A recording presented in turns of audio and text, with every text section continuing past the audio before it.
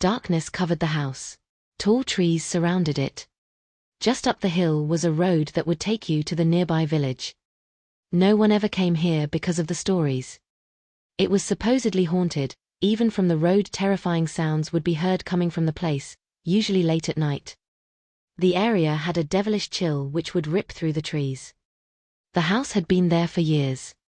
In the early days the locals said a witch had lived there, while she conjured up the blackest of magic. Witnesses have said they've seen the pale face of a little boy frequently peering out of the higher windows. The last sighting of the ghost was over 20 years ago. "Mummy, Mummy," cried Daniel as he searched for her everywhere. "I just saw you and now you're gone." Her presence was always felt. Or was it a memory that had resurfaced from a faraway place? The house was massive, too big for him. In the kitchen cupboards there was no food. That was fine, he never felt hungry. Most days Daniel would run around all the rooms and find toys to play with. On over one occasion he would get sleepy and wake up again doing exactly the same thing.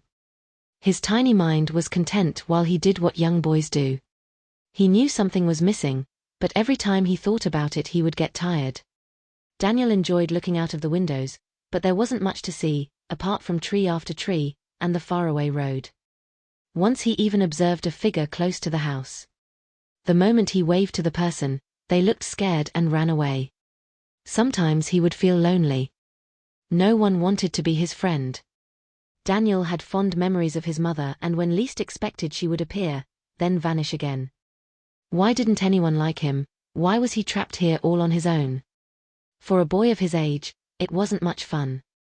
Out of the silence crying echoed all around, which caused the boy to place his hands on his ears. shut up, foul noise," he screamed. Then he laughed out loud to make it go away. A terrible feeling ran through Daniel. He hid in the corner of what used to be the bedroom where his mother slept. "Help me, Mummy," he yelled. As usual, no one came. He stood up, once the awful wailing had ceased, then walked to the entrance. In the hallway was a photo of him and his mother. He proceeded nearer and touched her face with his fingers.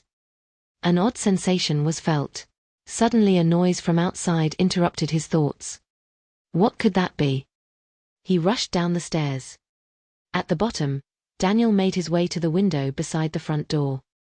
Looking through the dirty glass with bewilderment, the first thing he observed was 3 people stood close to the nearest tree, which was 30 meters from the house. If he introduced himself, maybe they'd want to be friends. It was worth a try. He grabbed the door handle with anticipation when suddenly a woman's voice behind him shouted, "Stop." The little boy peered back nervously. Was that Mother? No one was there. The shadows in the house seemed darker in tone.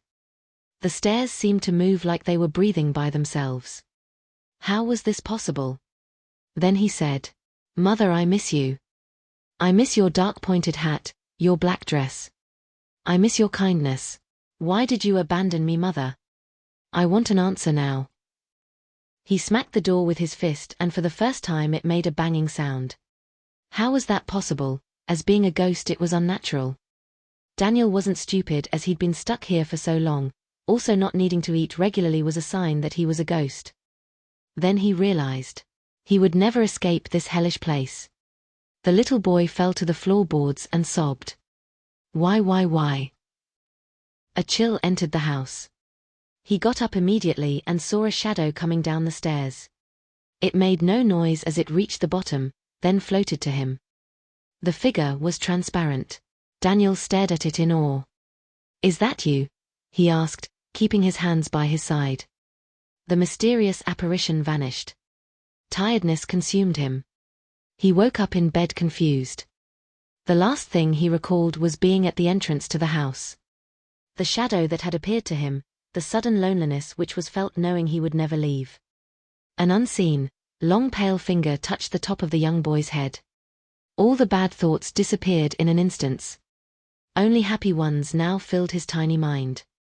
With excitement he got out of bed and threw on some clothes that sat on a nearby chair, then ran out of the room, not noticing the woman dressed in black standing only a short distance away. The end.